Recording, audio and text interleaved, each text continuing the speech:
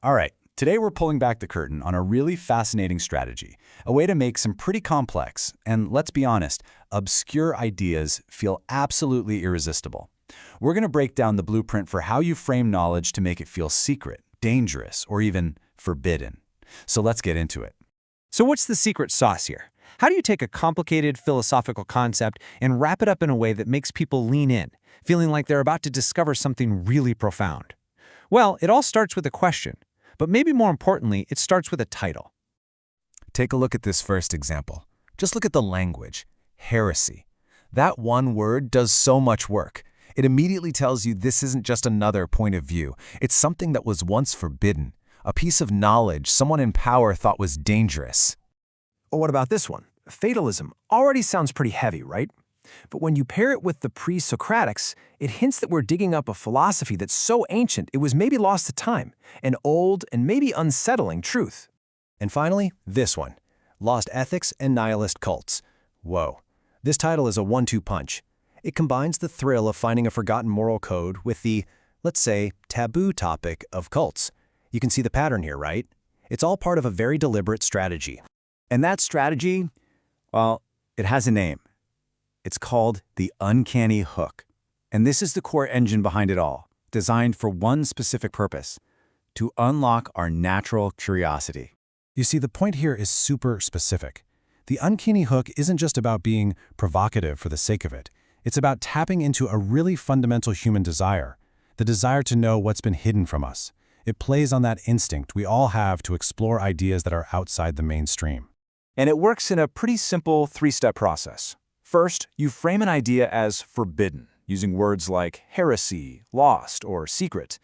That then immediately triggers our natural curiosity. And that curiosity, well, that's what drives engagement. It makes us need to click and find out more. So, with this blueprint in our back pocket, let's circle back to those examples from the beginning. Now we can see them for what they really are, not just random titles, but perfect case studies of this whole strategy in action. The Gnostic heresy is presented as this dangerous bit of knowledge that threatens the powers that be.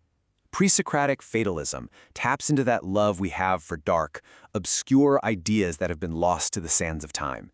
And the lost ethics of nihilist cults, that promises to unearth philosophies that society itself threw out. Every single one is a masterclass in the uncanny hook. But here's the thing. This isn't just some slick marketing trick. It's actually part of a much deeper mission. The whole point is to deliberately explore these concepts that have been pushed aside, the ones that have been historically obscured, suppressed, or just plain forgotten in the mainstream conversation. It's about giving a voice to the footnotes of history. And a mission like that, well, it needs a lot more than just a catchy title. Once the hook pulls you in, the content has to deliver the goods. And that's where a second, much more rigorous part of the strategy comes into play. The actual content is built on something called a dual-pronged analytical method. Now, that might sound a little academic, but it just means the exploration isn't shallow, it's a deep, contextual investigation. Think of it like this. It's broken into two parts. The first prong is exposition. That's the straightforward part. What did these people actually believe? But the second prong, that's the historical investigation. This is the key that unlocks everything. It asks the question, why? Why was this idea suppressed? Why was it considered so dangerous in its time? It connects the idea to the world it came from. So this brings us to the final and probably most important question of all. Why does any of this matter? Why should we care about digging up these suppressed ideas? What's the real takeaway here? Because by studying these ideas on the fringe, we learn about so much more than just the ideas themselves. We start to understand what powerful institutions consider dangerous. We get the real context behind why some ideas were silenced. And maybe most profoundly, we see how societies often define themselves not by the ideas they embrace, but by the ones they choose to reject and bury. And that leaves us with one final, pretty powerful question to think about. This whole method is a fantastic lens for understanding the past for sure, but it also gives us a way to look at our own time. If we apply this framework, what ideas do you think are being framed as heretical or obscure or dangerous right now? What will future historians uncover about us?